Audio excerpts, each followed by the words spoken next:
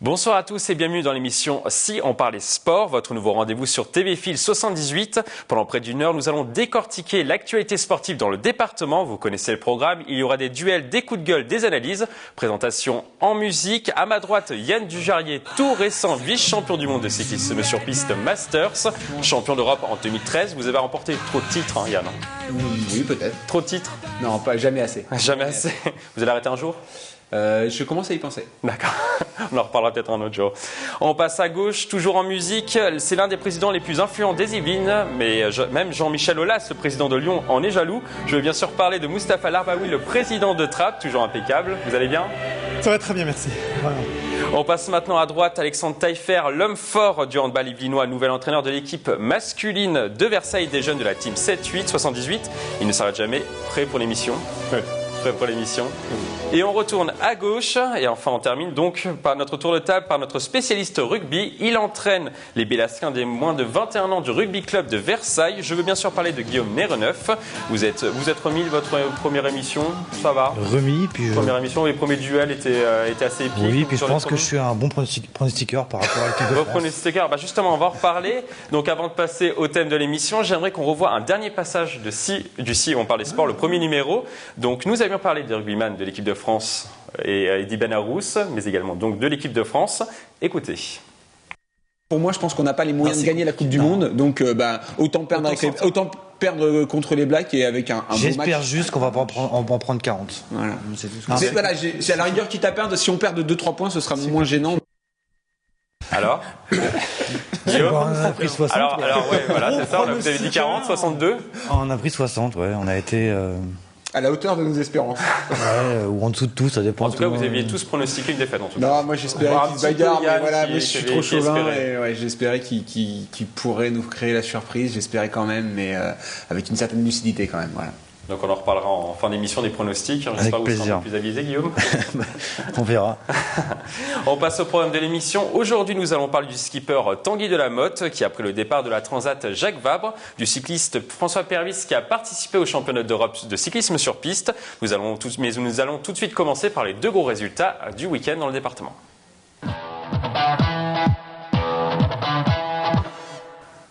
On commence cette rubrique résultats par du handball. Le Chénet a encore perdu en National 2. Les Chénésiens se sont inclinés à domicile contre Sully-sur-Loire 34-30. Promu cette année donc en National 2. Le Chénet affiche un bilan, écoutez bien, de 4 défaites et 1 nul en 5 matchs depuis le début de la saison. Alexandre Taillefer, je me retourne vers vous. Est-ce que ce début de saison compliqué pour le Chénet était prévisible? Alors, au regard des équipes qu'ils ont rencontrées, les 3 premiers matchs sont des équipes qui sont classées 1, 2 et 4. Donc, c'est normal. Les 3 premières défaites sont normales. Surtout que c'était pas si important que ça. Ils ont fait un bon match nul à Torcy, qui est une équipe qui évoluait pendant longtemps en National 1, une division au-dessus, et qui depuis est redescendue en National 2. Maintenant que le National 1 commence à se professionnaliser, ça commence à être un peu dur pour eux. Donc c'est une équipe solide de National 2. Ils ont fait un match nul vraiment très positif là-bas. Et je pensais que ça allait les lancer justement pour la suite. Et pour le coup, c'est vrai que c'est une contre-perf ce qu'ils ont fait à domicile contre une équipe qui est une équipe, à mon avis, milieu de tableau. Une équipe prenable. Voilà, à mon avis, surtout à domicile, ils auraient dû gagner. Voilà. Alors pas forcément avec un écart important, mais ils auraient dû gagner d'un but, je pense. Et là, je pense qu'ils ont loupé des points précieux pour le maintien. Maintenant, le championnat est encore très très long et on a le temps de voir ce qu'il en est. Yann, vous êtes d'accord avec Alexandre? Ils auraient dû gagner ce dernier match.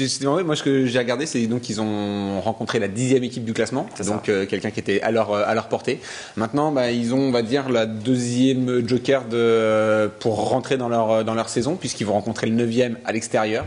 Et comme ils ont fait le match nul à l'extérieur la dernière fois, peut-être que c'est là qu'ils vont déclencher et prendre la confiance pour la suite, parce que c'est juste un manque de confiance pour le moment, quoi.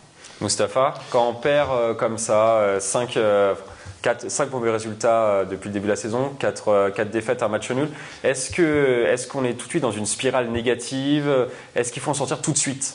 Alors ce qui est sûr, c'est que le sport, quelle que soit la discipline, c'est quasiment la discipline de l'optimisme. C'est-à-dire qu'on se bat pour gagner, on se bat, on est des compétiteurs et on cherche le résultat. Donc par définition, il y a de l'optimisme et a priori, on est tous, quelles que soient les disciplines, à le vouloir et à le prétendre. Au point même où on en a prétendu pour certains la victoire de l'équipe de France. Donc l'optimisme est toujours de fait dans la passion. Après, on va dire plus dans le raisonnement, la spirale, quand elle est négative, effectivement, elle entraîne souvent les gens, pour le coup, une spirale négative. Et donc, Vous pensez qu'une défaite peut emmener une autre défaite ? De la même façon que quand on est devant, on a besoin et on doit rester devant. Donc, par définition, c'est l'écart qui fait la différence. C'est pour ça que quand j'entends, à la limite, ils se sont fait battre par le premier, le deuxième et le troisième. Ouais, c'est juste qu'ils ont pris leur place de premier et deuxième et troisième en tapant les autres. Donc, voilà, donc la saison est longue, il y a d'autres matchs, on peut toujours revenir, c'est arrivé à des équipes comme les nôtres d'être dernier, de finir premier, donc on peut le dire, ça existe. Simplement, c'est compliqué. Une compétition, par définition, c'est une promotion, là. Ils viennent d'arriver dans la... C'est en ça que c'est compliqué. Quand tu montes d'une division, c'est compliqué. Ouais. C'est toujours compliqué. Le début de saison, faut s'acclimater au nouveau. Enfin, le handball, c'est aussi un sport de contact, donc faut s'acclimater au choc, faut s'acclimater à la vitesse. Ça va plus vite, ça tape plus dur.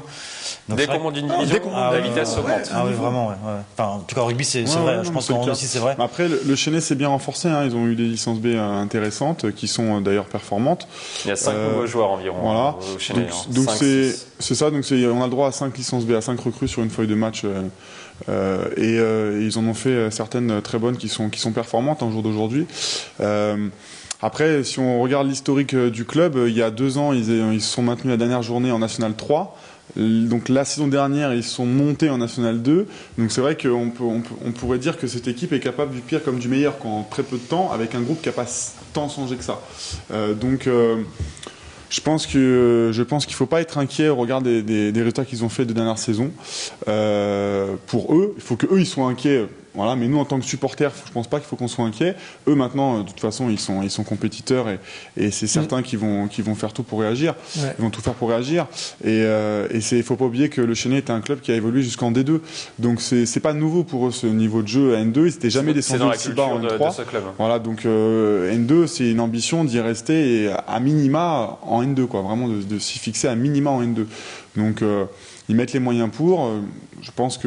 J'espère en tout cas qu'ils vont y arriver d'ici la fin de la saison. Guillaume, Alexandre le disait, il y a 5 nouveaux joueurs dans cette équipe du Chennai. Est-ce qu'il faut aussi peut-être que la mayonnaise prenne, tout simplement ? Ça c'est sûr. Vous faites comment en fait, vous, dans votre club, quand vous avez des nouveaux joueurs ? 5 sur 15, ça se voit pas. Ça se voit quand même un petit peu. Nous, on mise tout sur l'ambiance, nous, sur la cohésion d'équipe et sur le troisième mi-temps, essentiellement pour créer justement. Pour créer la. C'est important, cette vie aussi, d'être à l'extérieur. En tout cas, dans le rugby, je pense dans le hand aussi, c'est des sports vraiment très proches sur ce point de vue-là, en tout cas. Ouais. On a besoin vraiment de se sentir qu'on est que sur le terrain, on n'est pas tout seul, quoi, et que les gens qui sont avec nous vont tout faire pour se battre pour nous. Et voilà, donc c'est important. Et c'est vrai que 5 sur une équipe de hand, c'est combien avec les remplaçants ? Ils sont une douzaine, mais après les 5 licenciés ne jouent pas forcément tous le match, mais il y en a en général au moins 3 qui jouent sur 12, donc on peut dire à peu près un quart d'une équipe, quoi. C'est énorme. Voilà. Ouais, donc il faut le temps que ça prenne, il faut le temps que les nouveaux s'intègrent, il faut le temps qu'ils imprègnent du projet de jeu, qu'ils s'imprègnent de tout ça, et c'est vrai que ça met un peu de temps souvent à se mettre en place, quoi. Alexandre, on voit aussi qu'ils prennent beaucoup de buts en ce début de saison, là encore 34 ce week-end. Est-ce qu'il faut aussi qu'il y ait des réglages en défense ? Probablement. Après, de toute façon, moi, l'histoire de prendre des buts, pour moi, c'est pas un problème si on n'en marque rien de plus que l'adversaire. C'est pas un souci. Maintenant, il faut juste. Vous êtes d'accord, Yann, c'est ça ? Oui, c'est pour tous les sports. Il faut juste un point de plus ou un but de.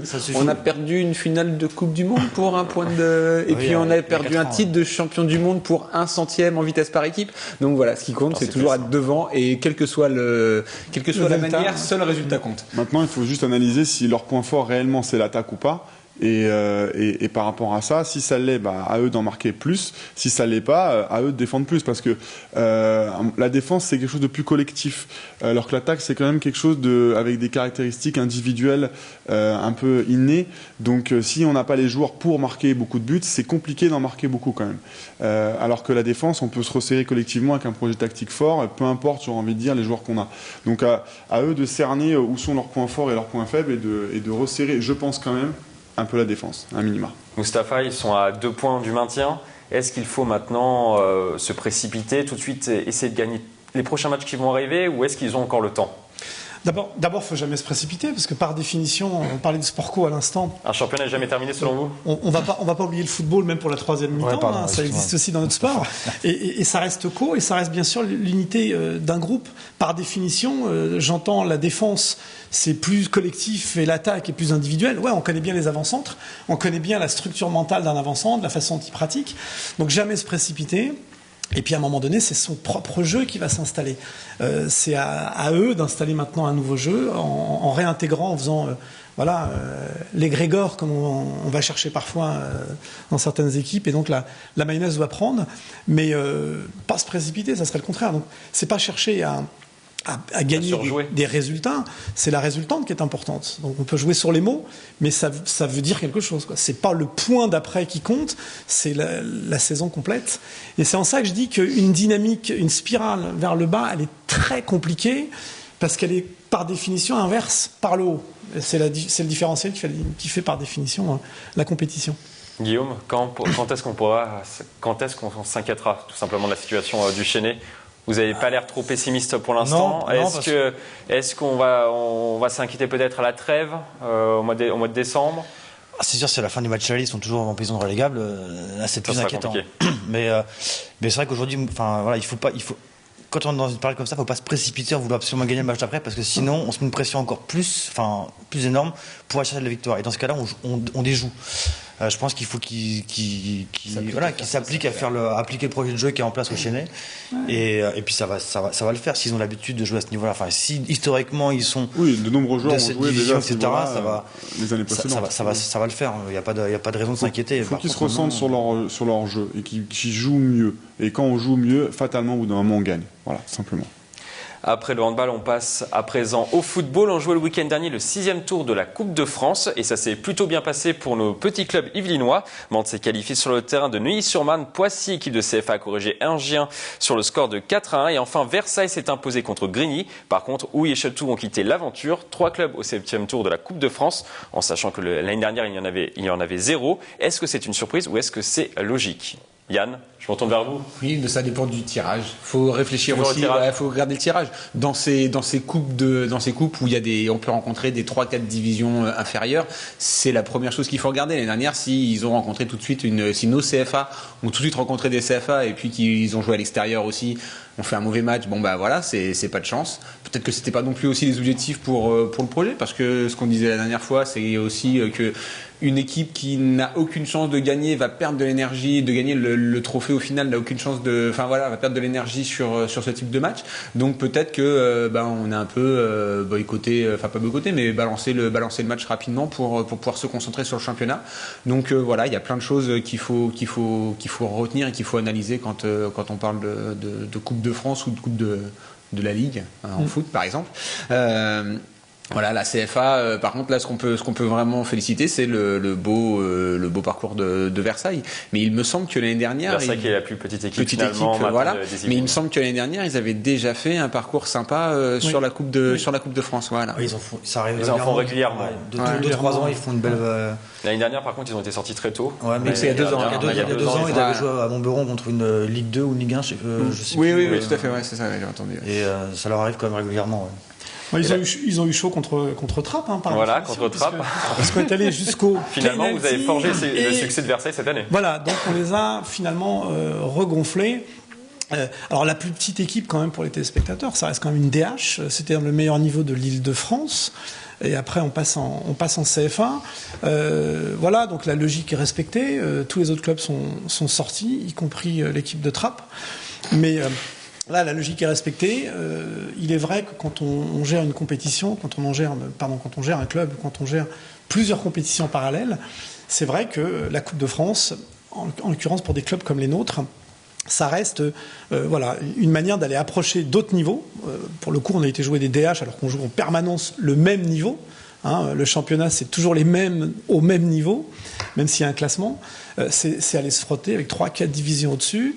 Ça peut être très casse-gueule aussi, ça peut être très dangereux. Donc c'est toujours pareil, c'est à bien appréhender dans la victoire comme dans la défaite. C'est vraiment le tirage, Guillaume, qui fait la différence en Coupe de France ? Ou c'est tout simplement le talent? Parce que là, on voit quand même qu'il y a 2 équipes de CFA, une équipe de DH. dans les clubs yvelinois qui sont qualifiés pour ce 7e tour. Est-ce que finalement c'est la logique qui a été respectée tout simplement? Non, c'est pas qu'une question de. C'est aussi une question d'envie. Je pense que tu as raison. Je pense ou de projet de club, à savoir si on joue le maintien dans son championnat, on va peut-être pas chercher à aller jouer la Coupe de France, etc. Maintenant, c'est aussi une question tactique. Je pense que des équipes de niveau inférieur peuvent aussi tactiquement imposer une défense très stricte, à défendre à 10 en bloc derrière et imposer ça et essayer de gagner, aller au tir au but et essayer de gagner au tir au but, parce qu'après le tir au but c'est un peu la loterie. La loterie quand même. On l'a encore vu hier sur le match de Coupe de la Ligue où les tirs au but ont été déterminants. Mustapha. En l'occurrence, on a vu que Château était sorti. J'y étais, moi, au match. Il n'a pas fallu grand-chose à Château pour... Ils ont perdu 1-0. Ils ont perdu 1-0 en fin de match sur un double carton jaune, sachant que l'arbitre, quand il sort le carton jaune, s'aperçoit qu'il avait déjà donné un carton jaune. Probablement qu'il ne l'aurait pas sorti, parce que c'était vraiment une faute très mineure. Sauf qu'il sort le carton jaune sur un détail qui valait un petit carton jaune, si je peux me permettre l'expression, et il s'aperçoit que c'est le deuxième, donc il met un rouge, il le sort, et là ça bascule. Donc ça s'est joué à l'écran, ça s'est joué à pas grand-chose. Je ne sais pas si on revoit les images. Là c'est le but. Voilà, donc...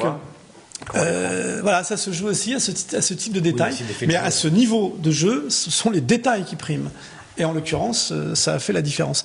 Mais ils n'étaient pas loin, encore une fois, au moins de faire le match nul, d'aller aux prolongations. Alors, c'était un peu compliqué, ils n'étaient pas très frais dans les jambes, mais c'était jouable, encore une fois.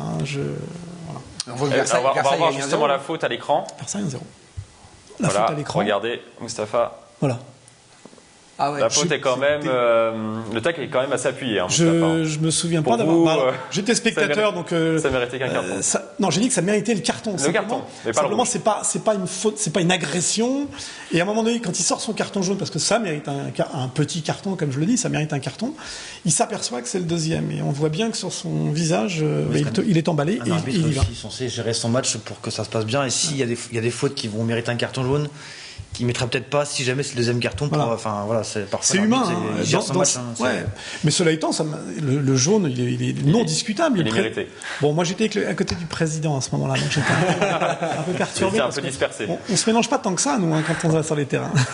Alors, il y a le tirage au sort de la Coupe de France, du prochain tour de la Coupe de France, qui a été donc effectué hier et aujourd'hui. Donc un tirage très exotique. Poissy se déplaça sur le terrain d'Excelsior. Est-ce que vous connaissez le club d'Excelsior, Mustapha? Non. Non, pas du tout. Une petite idée, Yann? Si tu dis exotique, c'est que c'est pas une idée. Il est à vendre. Excelsior. Donc ça sera Poissy qui se déplace. En Guadeloupe. Pas loin. La Réunion. Donc Poissy se déplacera à la Réunion. Ça c'est génial. Ça c'est génial. Tout frais payé par la Fédération française. C'est encore plus génial. C'est magnifique. Voilà, ils paieront quand même l'hôtel sur place. Non, mais ça c'est. Et logiquement, ils devraient se qualifier. Ils affronteront donc une DH. Donc logiquement, ça devrait passer. Voilà. C'est qu'en fait, les dom-toms rentrent plus tard, en fait. Non, les dom-toms ils rentrent dès le premier tour. Donc dès le premier tour. Je suis en capacité de jouer contre eux la prochaine fois. Dès le premier tour. Voilà. Payé par la Fédé. Payé par la Fédé. Payé par la Fédé. Pas tous en même temps. Mantes-la-Jolie recevra sur son terrain Irakubo. Nouvelle devinette. Yann, à votre avis? Le tirage est très exotique cette année. D'accord, donc Mayotte. Non, pas Mayotte. J'aurais dit Pays Basque, moi. Pays Basque. Non, la Guyane. Bon. Donc voilà. Par contre, ça sera à domicile. Donc c'est les Guyanais. Ça sera Mantes-Irakubo. Voilà. Alors enfin, Versailles a vu son match de championnat contre Blanc-Ménil être décalé pour être remplacé par le match de Coupe de France. Jusque-là, tout va bien, vous allez me dire. Par contre, Versailles rencontrera donc Blanc-Ménil en Coupe de France. Donc en gros, il remplace un match de championnat pour un match de Coupe de France, donc contre une équipe qu'ils connaissent très bien. D'accord. Voilà. Donc c'est le même pareil, ils les connaissent très bien. Niveau, moyen de passer. Donc voilà, c'est encore ce que je dis, le tirage au sort a son importance. Bien sûr qu'il a son importance. Parce que si Versailles avait rencontré une CFA au prochain tour, ça aurait certainement été compliqué. Au passage, il y a des enjeux financiers aussi. C'est-à-dire que plus on monte, il y a des jeux de maillots, puis après il y a des primes, il y a des bonus. Enfin, il y a aussi un enjeu. Il n'est pas que sportif, mais dans la gestion d'un club, la finance compte. Donc il y a aussi des enjeux. Et... Trappap a fait recette cette année du coup. Non, mais rarement en Coupe de France. Rarement en Coupe de France. Ouais. Vous misez sur le championnat, vous plutôt? Ouais, clairement. Il n'y a pas de prime par contre. Il y a moins de primes. Après ce chapitre Coupe de France, on passe maintenant à la chronique J'aime pas de Basile Régoli.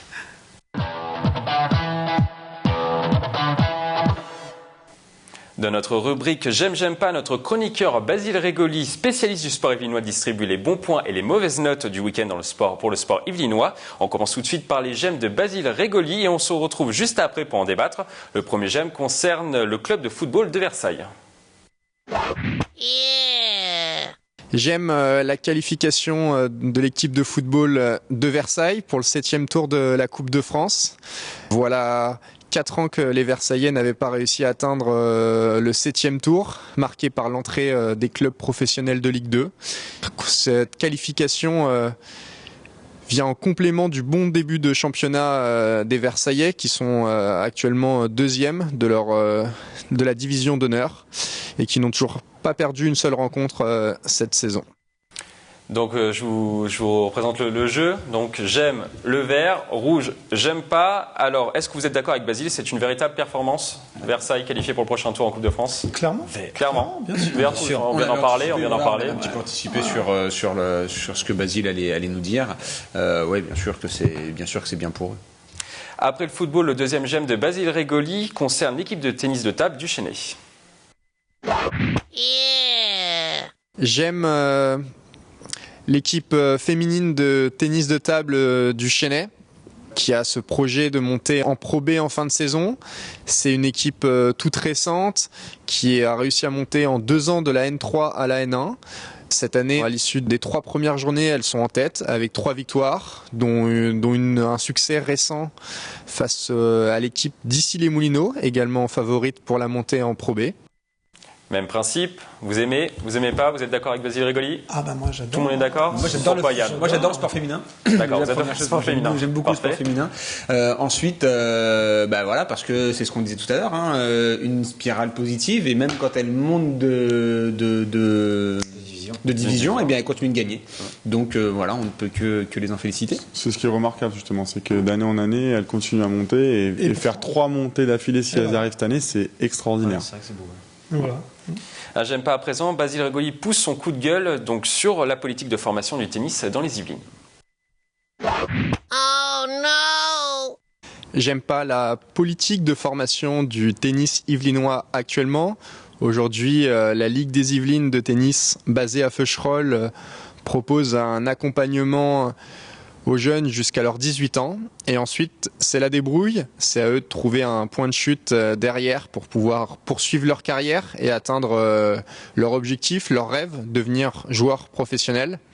Alors certains choisissent l'option de partir à l'étranger, aux États-Unis notamment. On a un autre exemple très criant, c'est la jeune joueuse de Baïnoisie, Alice Ramé, vice-championne de France junior la saison dernière, actuellement 800e mondiale au classement WTA, qui a dû négocier âprement avec son entraîneur durant tout l'été pour avoir une dérogation pour pouvoir une année supplémentaire s'entraîner au sein de la Ligue des Yvelines.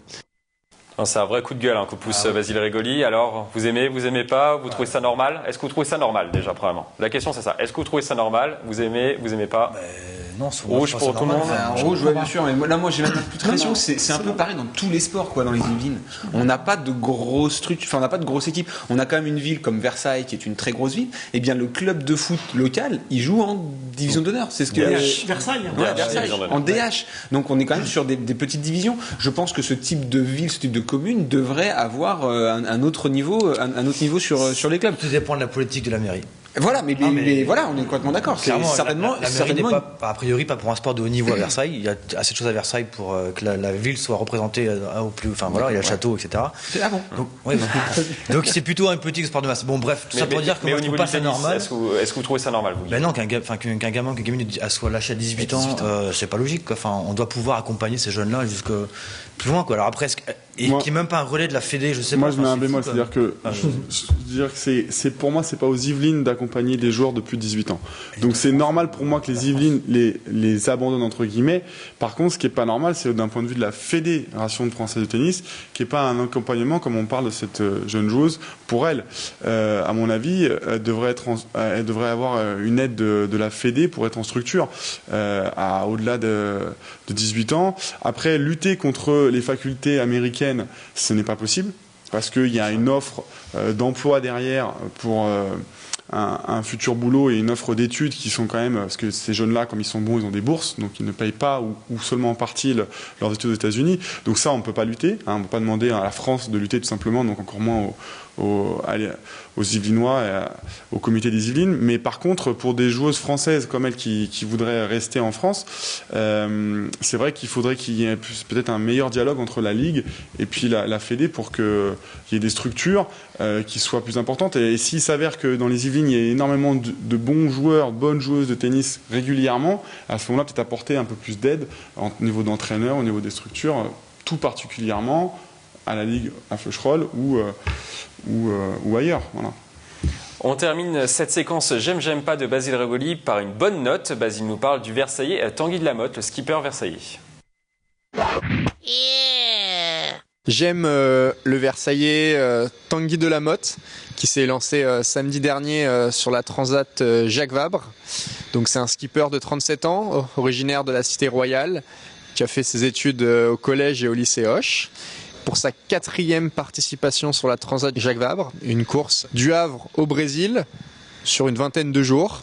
Derrière, il y a également ce défi caritatif qui est de récolter des fonds pour l'association Mécénat Chirurgie Cardiaque dans le but de soigner et de guérir des enfants atteints d'une malformation au niveau du cœur. Même principe, j'aime pas. Tout le monde est favorable, super. On ne va pas trop s'attarder sur Tanguy Delamotte car c'est notre coup de projecteur du jour.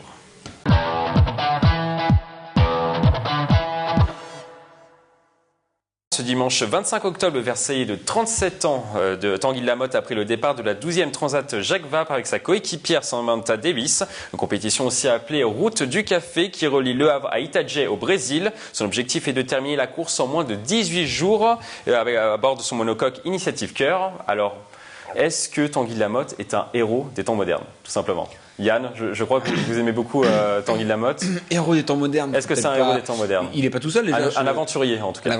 Des grands aventuriers, oui, parce que bon, ils sont quand même plusieurs à être partis dans la même aventure.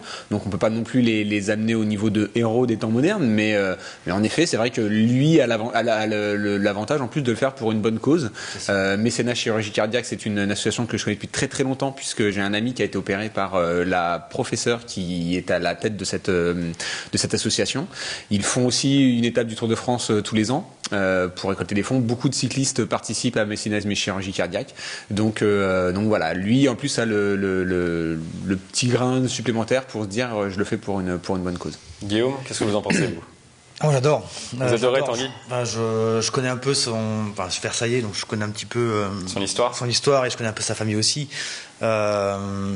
C'est la particularité, c'est elle limite l'intérêt pour lui, c'est de finir. C'est pas finir premier, c'est de finir. Qu'il y ait un maximum de j'aime sur sa page Facebook pour que dès qu'il y a un j'aime, c'est 1 euro qui est reversé pour l'association. Donc moi aussi j'ai liké depuis très longtemps, mais non, c'est vraiment c'est l'intérêt. C'est un passionné de navigation.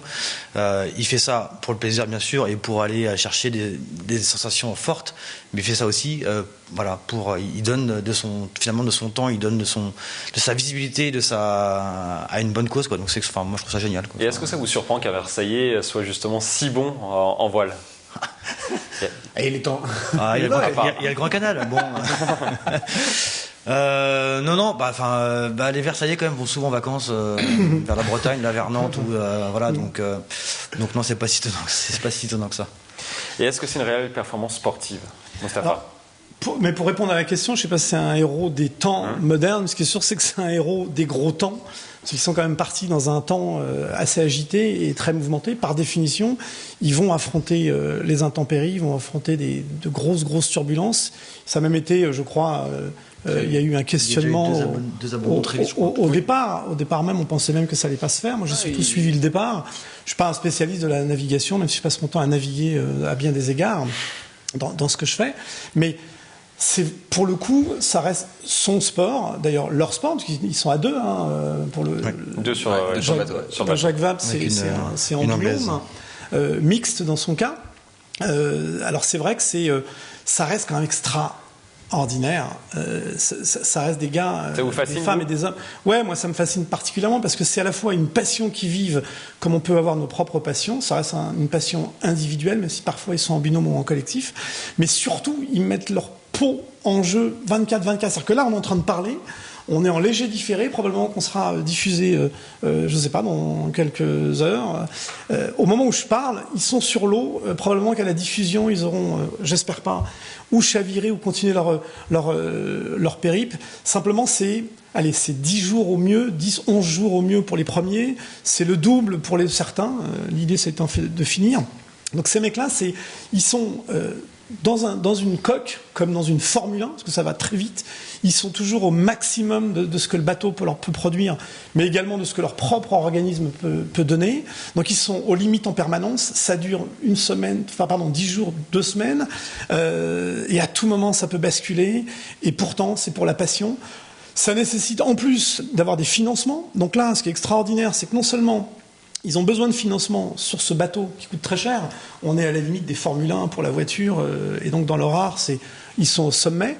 Et en même temps, il y a cette idée, alors bien sûr que c'est une grosse visibilité pour eux, parce qu'on parle pratiquement que de ça. C'est-à-dire que leur action humanitaire, c'est ce qu'on met aussi en avant, et c'est tant mieux, parce qu'ils le font pour ça. Et je trouve que pour le coup, ça marche très bien. Donc c'est un vrai donnant-donnant, un vrai gagnant-gagnant, comme on dit dans le sport. Et moi, j'apprécie particulièrement, c'est assez exceptionnel. Et là, pour le coup, je parle de tous les bateaux, puisqu'ils sont tous concernés. Et là, ça me touche particulièrement. Ouais, merci vraiment. Mustapha. Alexandre, est-ce que vous pensez que c'est une réelle performance sportive ? Est-ce que vous êtes fasciné par cette performance ? Moi, je suis toujours impressionné quand on essaie de se battre contre la nature, quoi, parce que là, c'est quand même une traversée très très longue, quoi. Donc, entreprendre ce projet-là, c'est une réelle aventure avec des réels dangers. Et donc, à partir de là, respect rien que pour ça, quoi. Rien que pour devoir entreprendre tout cela. Et évidemment, en plus, quand c'est associé à des œuvres, c'est d'autant plus louable pour les personnes qui le font. Donc à l'heure où nous enregistrons cette émission, Tanguy Lamotte est à la 5e place du classement avec son IMOCA Initiative Cœur. On passe à présent au cyclisme sur piste et à Ligny-Montin, François Pervis.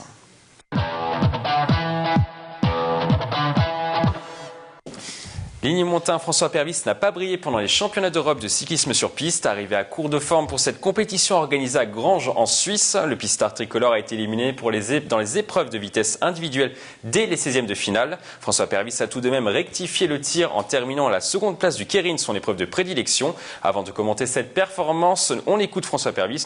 Nous l'avions justement rencontré juste avant son départ pour les championnats d'Europe. Cette année, c'est une année olympique. On a les Jeux olympiques en août. Donc on est déjà axé dès ce mois-ci, au mois d'octobre, sur les Jeux olympiques, pour les sélections, pour la forme aussi. Donc cette année, c'est tout pour les Jeux olympiques. Et bon, ça fait 3 années de suite que je suis champion du monde. Si je ne suis pas champion du monde cette année, c'est dommage. Mais si c'est pour être champion olympique derrière, il n'y a pas de problème, je signe tout de suite. Yann, je me retourne vers vous. Est-ce que François Pervis a fait l'impasse sur ces championnats d'Europe ? Et est-ce qu'il a eu raison ? Il vient juste de nous dire qu'il ferait peut-être même l'impasse sur les championnats du monde. Donc là, voilà, il aurait été très content de revenir avec un maillot de champion d'Europe, même s'il est très moche. Le nouveau maillot, ouais. Moi, j'ai eu la chance de gagner en 2013. Ils ont changé l'année dernière et il me fait pas du tout envie. Donc voilà, on retournera pas au championnat d'Europe d'ici tout de suite. Non, blague à part. C'est pas du tout une compétition objective. Ils ont plein d'autres choses dans la tête. Enfin, ils ont qu'une seule chose dans la tête cette année, c'est les Jeux Olympiques. On a pris une grosse claque il y a 4 ans à Londres, où les Anglais, ça faisait 3 ans qu'on les voyait plus. Et ils ont tout remporté à Londres en 2012. Donc voilà, on a pris une grosse leçon là-dessus. Il est hors de question que ça se reproduise cette année, en 2016 à Rio. Donc voilà, il y a qu'une seule chose qui est dans la tête des gars depuis février l'année dernière, c'est-à-dire depuis que les championnats du monde à 50 ans Yvelines sont passés, il n'y a plus que ça qui compte. C'est-à-dire que là, ils sont dans une préparation qui est sur 18 mois. C'était la dernière fois que François allait au Japon pour faire une tournée Keirin. Il n'y retournera pas l'année prochaine avant les Jeux Olympiques. Donc là, il y a un gros changement, il y a une prise de conscience qui a été faite. Il faut ramener l'or olympique et c'est le seul leitmotiv de la préparation en ce moment au Vélodrome. Guillaume, Ouais, Est-ce qu'il faut justement boycotter, limite boycotter une compétition comme les championnats d'Europe pour se concentrer exclusivement sur les Jeux Olympiques? J'ai envie de dire oui et non. Enfin, oui et non. Après, la question que je voulais poser, c'est est-ce que c'est une décision fédérale, entre guillemets, ou est-ce que c'est individuel? Chacun gère sa carrière comme il l'entend, ou est-ce que c'est un... On leur a dit qu'en gros, c'est Rio ou un but, enfin, il n'y a rien d'autre, quoi. Non, Enfin, il n'y a pas de décision fédérale. La seule chose, c'est qu'il y a une logique dans un sport individuel. On ne peut pas être présent au mois de novembre, enfin octobre, pour les championnats de France et les championnats d'Europe, être à nouveau présent au championnat du monde au mois de février, et puis présent au mois d'août pour les JO. Surtout qu'à chaque fois, c'est être encore plus performant. Il faut savoir que le gars qui gagne la vitesse, par exemple, cette année, c'est le gars qui a fini 4e au championnat du monde l'année dernière. Donc ça veut dire qu'il y a 3 mecs qui étaient plus forts que lui l'année dernière, qui là n'ont pas été. Pourquoi il y a été alors? Comment? Pourquoi il a été champion d'Europe si c'était pour alors peut-être que lui, chez les Hollandais, enfin c'est un Hollandais, peut-être que chez les Hollandais, il est un petit peu près plutôt que nos Français actuellement sur leur préparation, et que aux Jeux Olympiques il sera pas là.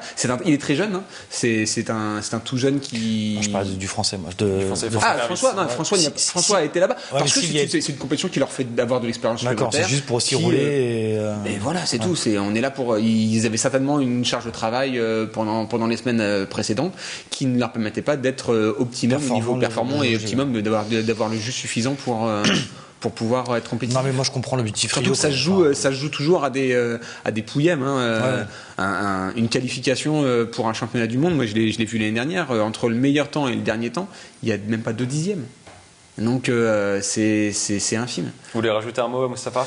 Non, simplement, on a parlé tout à l'heure du championnat, on a parlé des Coupes de France, on peut parler de la Coupe de la Ligue pour les professionnels. On a plusieurs championnats comme ça. À un moment donné, c'est pas simplement le fait qu'il soit individuel et qu'il fasse un choix parce que c'est un sport individuel, c'est qu'à un moment donné, il y a des choix à faire. Quel que soit le sport, à un moment donné, il y a des contraintes individuelles et des contraintes collectives. Mais de la même façon, il y a des choix qui sont souvent stratégiques et probablement même au-delà de la stratégie de course, il y a peut-être aussi des choix stratégiques par rapport à la fédération ou par rapport à des politiques qui sont menées par d'autres. Et là, on est sur d'autres dimensions. Après le cyclisme sur piste, nous allons parler volley et des bons résultats de l'équipe de France.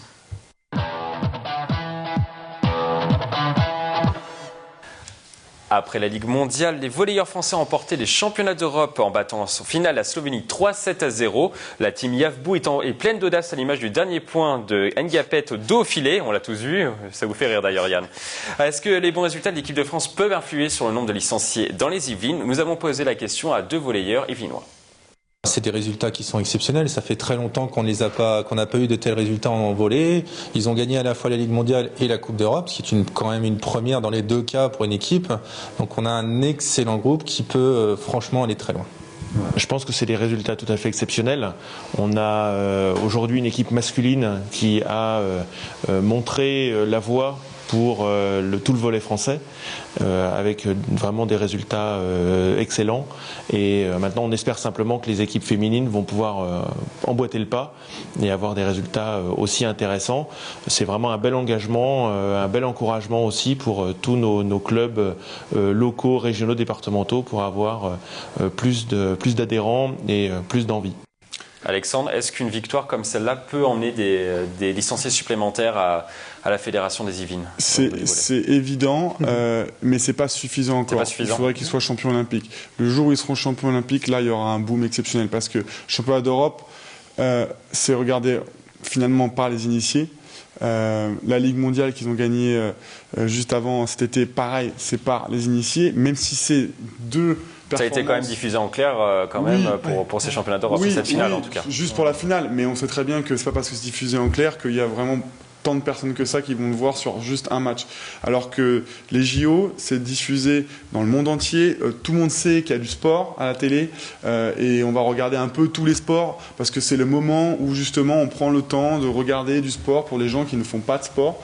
Et donc je pense que ne serait-ce que déjà qu'une médaille olympique, qui sera évidemment diffusé aussi à la télé sur des chaînes hertziennes, sera vraiment un vrai bond. Ce qui est certain, c'est que ça va sûrement faire un bond, c'est une certitude, mais le vrai bond, le cap qu'il faut qu'ils arrivent à passer, et je leur souhaite vraiment, et je pense sincèrement, moi, qu'ils peuvent être champions olympiques en 2016. Et ça sera le cap peut-être pour emmener plus de licenciés, vous le pensez vraiment? Oui. C'est les JO? Oui. Là, pour l'instant, c'est anecdotique, selon vous. Pas anecdotique, mais pas suffisant. C'est pas assez médiatisé. Pas suffisant, C'est Guillaume? pas assez médiatisé. Enfin, le volley est un sport peu médiatisé en France. Et le seul endroit où des sports mineurs peuvent exister, c'est au JO, quoi. Et donc, si au JO ils font un truc, ils font une médaille, et moi aussi je pense aussi qu'ils peuvent aller chercher le titre, s'ils font une médaille, là oui, là on va en parler dans la France entière, et là il y aura une médiatisation, et les gamins iront, et les gamines iront au volley, parce que c'est un sport qui les a fait rêver. Sinon... J'ai oublié que le volleyball c'est un sport qu'on pratique tous au collège. Au collège, ouais. Donc voilà, c'est la pas qui peint. Et à la plage. Et donc vous pratiquez le volley à la plage, vous, Mustapha? Ouais. Ça vous arrive? Quand je vais à la plage. D'accord. Enfin, quand j'y allais. Non, mais cela étant, ça rejoint la question tout à l'heure du cyclisme. C'est-à-dire que quand on choisit les Jeux Olympiques, on sait l'importance des Jeux Olympiques et de la couverture médiatique. Parce que justement, c'est un problème de couverture médiatique. Vu à la télé, le Tour de France, ça amène des cyclistes chaque année. Plus le Tour de France est spectaculaire, plus on voit des licenciés. La Coupe du Monde de football, chez moi, c'est le nombre de licences qui varie de façon importante après chaque Coupe du Monde. En tous les cas, je parle du foot. Donc voilà, donc c'est la couverture médiatique vue à la télé. Il y a un engouement à chaque fois, surtout quand on voit de belles images et quand on voit des J'ai pu discuter un petit peu avec le club de plaisir Villepreux. Apparemment, la Ligue mondiale aurait attiré 5% de licenciés en plus cette année et ils estiment qu'il y aurait 10% d'inscriptions en plus grâce à cette Coupe d'Europe. Probablement, ouais. Ce sera encore plus avec les JO. Et donc forcément plus. Après notre débat, nous plongeons à présent dans notre séquence découverte, l'apnée.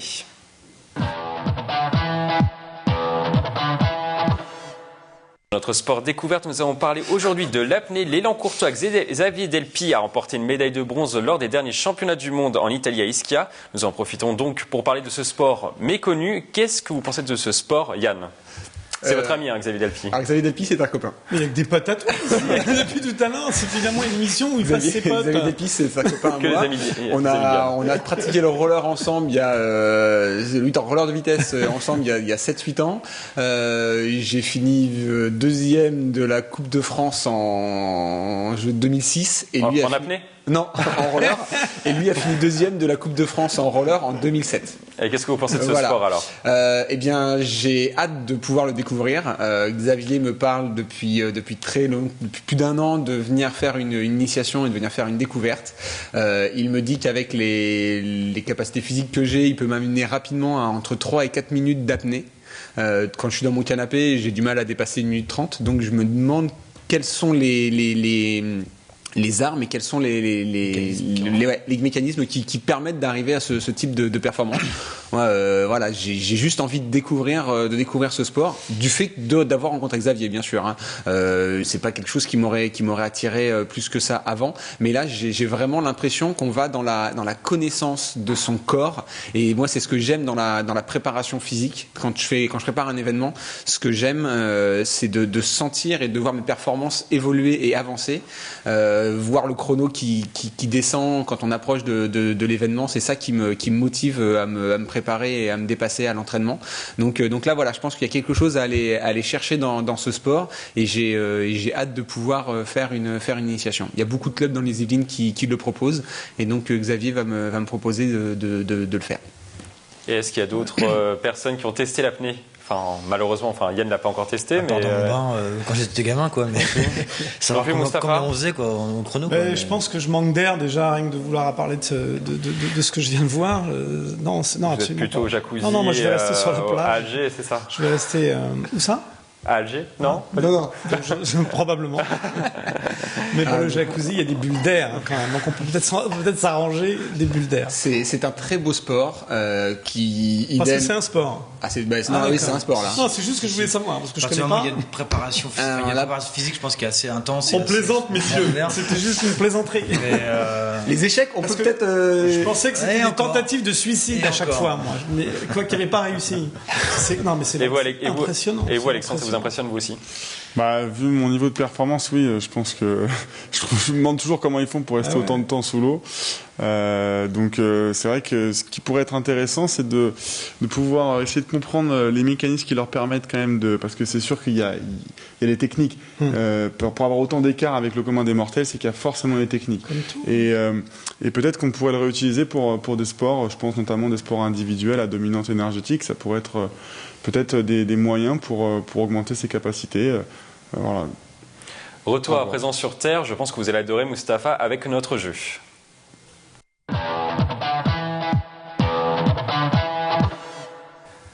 Le défi concerne aujourd'hui le football, direction le club de football de Trappes que vous connaissez bien, Mustapha. Le but de ce défi est de tourner 20 fois autour d'une balle et de tirer, d'essayer de marquer un but. Pas si simple, les joueurs ont testé et vous verrez, ils ont eu du mal. Je me présente, je m'appelle Sissoko Samba, j'ai 19 ans, on me surnomme El Bacho.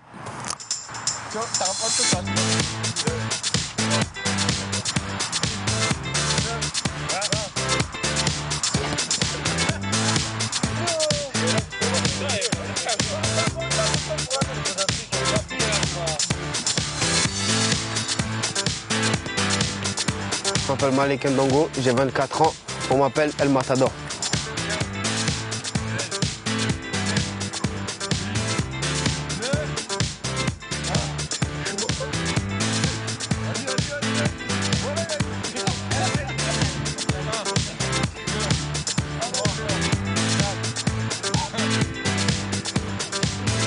Je me présente, je m'appelle Zaimrik, 22 ans, surnom Oza.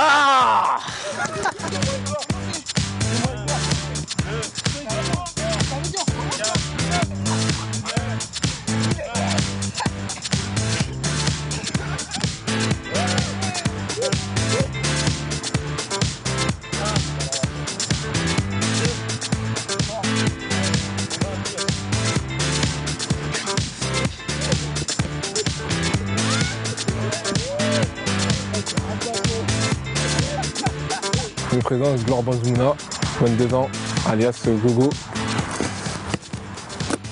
Parti.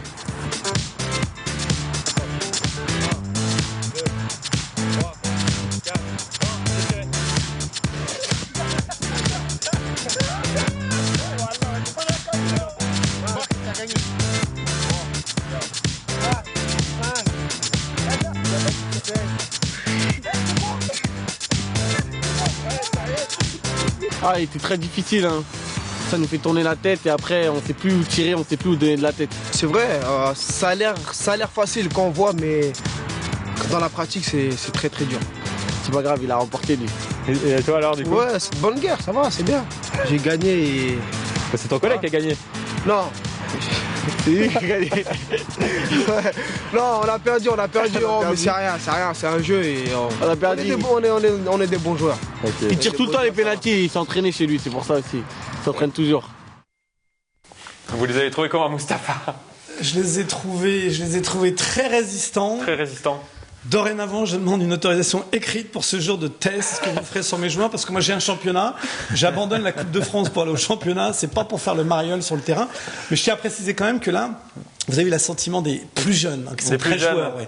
Il n'y a pas les vétérans, j'entends les vétérans. Et vous pensez que les vétérans auraient... Je parle pas des... Non, pardon, je parle des tauliers. Ah, d'accord. Je parle des Balthazar, en l'occurrence. Et Samba est le meilleur buteur de l'équipe en ce moment. Samba, oui, mais je parlais des jeunes. Hein, je parle pas de leur performance. Mais c'est vrai que les jeunes adorent ce genre de choses, tirer sur la barre, faire des petits gestes comme ça.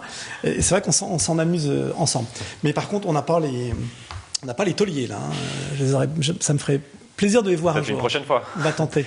On passe à présent au coup de gueule d'Arnaud Le Gouic.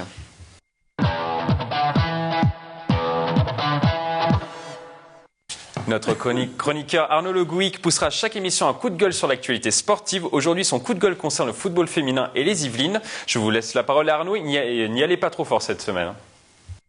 Merci Mickaël. Donc, mon coup de gueule du jour, c'est sur le foot féminin. Où sont les femmes ? Où sont les femmes ? On peut se le demander. Après la Coupe du Monde, qui s'est très bien passée pour l'équipe de France, qui s'est bien passée de façon sportive, très bien sur le plan médiatique, avec les audiences qui ont été plus que correctes, on s'est dit qu'il y allait y avoir un engouement, notamment aussi avec FIFA 16 qui s'est mis à faire du foot féminin, ce qui est extraordinaire par rapport à ce qu'on pensait du foot féminin si on revient quelques années en arrière. Donc voilà, il y a une mayonnaise qui était en train de monter là comme ça, et puis hop, elle est retombée. Il n'y a plus rien. Enfin, dans les Yvelines, en tout cas, il n'y a plus grand-chose. On avait Montigny qui était en D2, qui est redescendu. On a des commencements de clubs, on a des équipes qui essayent de se monter, et puis qui se démontent. Et puis hop, ça pousse d'un côté, et puis ça se redémonte. Ce qui fait qu'on n'a pas vraiment d'équipe fanion, hormis le PSG qui cartonne en Ligue des Champions et en championnat, un petit peu en difficulté, mais il manque quelque chose. Et cette chose, c'est peut-être un échelonnement entre les U13, U16 en district. Après ça bloque, il n'y a plus rien. Après, tu passes directement à la Ligue. Il y a plusieurs niveaux de Ligue. Alors là, il y a des poules de 5, des poules de 12, des poules de... C'est n'importe quoi. Donc il va falloir cadrer ça, donner envie aux gens de venir voir du foot féminin. Ça passe aussi, du coup, par des matchs intéressants, pas des 7-0, pas des 8-0, pas des 15-2. En première division, Lyon, au bout de 5 journées, elles avaient 34 buts de différence positive par rapport aux autres. Enfin, c'est délirant. Jamais ça intéressera les gens de regarder des matchs à sens unique où on arrive, on sait qu'on va avoir 7 buts. Voilà. Donc si on veut vraiment du foot féminin et pas que ça reste à l'état de marketing où on envoie ça pour vendre des jeux, où on envoie ça pour vendre de la pub et faire genre on a bonne conscience, le foot féminin a une chance de vivre en France. Si on veut aller au-delà de ça, il va falloir faire quelque chose, c'est mon avis. Mustapha, je vous sens très remonté sur le coup de gueule d'Arnaud. Non, pas remonter, c'est qu'en fait, voilà, faut quand même expliquer que le football féminin. Alors moi j'aime bien dire le football pratiqué par des filles, mais c'est un peu plus long. Football féminin, pour moi, ça n'a pas de sens. Il n'y a pas de football masculin, il n'y a pas de football féminin, il y a juste un football. Ce sont les mêmes règles, ce sont les mêmes terrains, les mêmes pratiques par des garçons et par des filles. Cela dit, là où il a raison, c'est qu'il ne faut pas que ça soit simplement une espèce de volonté de bonne conscience, de dire tiens il faut qu'on mette des filles au foot, mais c'est juste que c'est effectivement un sport qui est apprécié par les filles, et j'en veux pour exemple, c'est que nous on n'avait pas d'installation, donc il y a aussi un problème tout simple, c'est qu'un club comme le nôtre où on a plus de 1000 adhérents licenciés avec des garçons, j'ai déjà pas suffisamment de structure pour faire jouer les garçons et surtout les douches et les championnats, c'est-à-dire qu'il faut les emmener, etc. Cette année, on a eu un nouveau terrain, un synthétique. On a fait une priorité aux filles. Il y a 50 filles qui sont inscrites à Trappes cette année.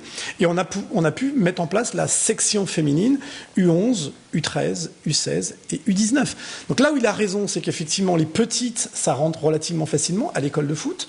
U11, U13, c'est relativement simple. Mais le problème, c'est qu'il faut du temps pour faire des U16, il faut du temps pour faire des U19 et que ça demeure. Donc c'est juste que c'est un peu lent. C'est très lent parce qu'on part de loin avec le football au féminin. Mais on y vient. En tous les cas, il y a une vraie volonté dans mon club, mais il y a une vraie volonté également de la Ligue de football de Paris, et je crois par la Fédération française de football. Mais là où il a vraiment raison et sur lequel il faut insister, c'est ça. C'est qu'il ne faut pas que ça soit simplement un effet de manche, une volonté simplement de dire il faut une parité partout, ou je ne sais quoi. C'est une volonté aussi des filles de vouloir jouer au foot. Et il faut qu'on s'y prépare, et il faut qu'on les aide. Guillaume, est-ce qu'il n'y a pas trop de clubs justement dans les Yvelines? Rien que sur 50 ans en Yvelines, il y a Trappes maintenant qui vient de s'ajouter à Montigny, à Guyancourt, à Voisin. Est-ce qu'il n'y a pas trop de clubs? Ne serait-ce que sur un périmètre de cette commune, il y a beaucoup de clubs. Est-ce qu'il n'y a pas trop de clubs dans les Yvelines? Est-ce que finalement on n'en crée pas trop des clubs? Non, s'il y a une demande, faut les créer. Maintenant, c'est vrai que ce serait idiot d'avoir 5 filles à Trappes, 5 filles à Montigny, 5 filles. Enfin, peut-être après, il y a des moments où pour des équipes, il faut peut-être se regrouper, avoir une. C'est surtout qu'à partir de Trappes avant, il n'y avait pas de terrain à Trappes. Mais finalement, les féminines de Trappes, c'était souvent les filles de Trappes qui allaient irriguer les autres clubs. On parle maintenant de l'intercommunalité avec Versailles Grand Parc, et peut-être qu'il serait temps aussi à un moment donné pour avoir des grands clubs, quel que soit le sport, c'est vrai handball, foot, rugby, quoi qu'il arrive, de voir peut-être des grands clubs intercommunaux avec. C'est vrai pour les filles et les garçons aussi. Non mais bien sûr, quand là je parle de ça en général, la question je pense qu'elle est générale sur le nombre de clubs, je sais pas, enfin moi je l'ai pris comme ça en tout cas. Et je pense qu'il faut, à un moment donné, il faut arrêter ces guerres de clochers entre les deux villes et chercher peut-être à grandir par l'intercommunalité, pardon. Merci Guillaume. Avant de nous quitter, nous allons passer au pronostic du week-end.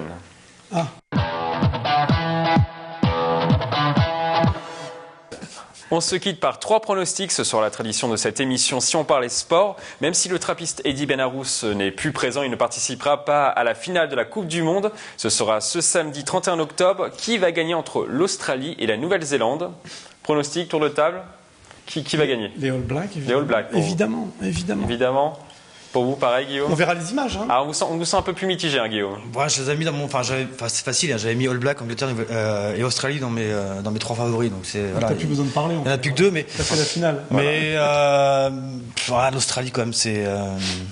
On verra les images. Hein. Non, ça dépend juste de l'efficacité des buteurs. Si Carter est plus efficace que Follet, les All Blacks gagneront. Sinon, ce sera l'inverse. On va aller vite. Vous, Alexandre? Moi, je dis les All Blacks 15-9. Oh, il est bon. Précis. Et vous, Yann? Je vais avoir du mal à me pronostiquer un petit peu comme notre spécialiste rugby. C'est vrai que j'ai vu les matchs le week-end dernier et en effet, l'Australie est quand même très forte. Allez, mouillez-vous. Un résultat. Et moi, je suis fan des All Blacks, donc les All Blacks pour vous? Bien sûr, mais juste parce que je suis fan des All Blacks. Moi, je vais dire Australie. Quand même. Australie pour vous. Enfin, on s'intéresse au match du PSG qui s'entraîne du coup dans les Yvelines au camp des Loges. Le PSG défile le Real Madrid mardi 3 novembre. Qui va gagner selon vous? Pareil, tour de table. À vous, Mustapha. PSG. PSG. Mais là, c'est juste parce que j'ai envie de dire le PSG, parce que j'y crois pas spécialement.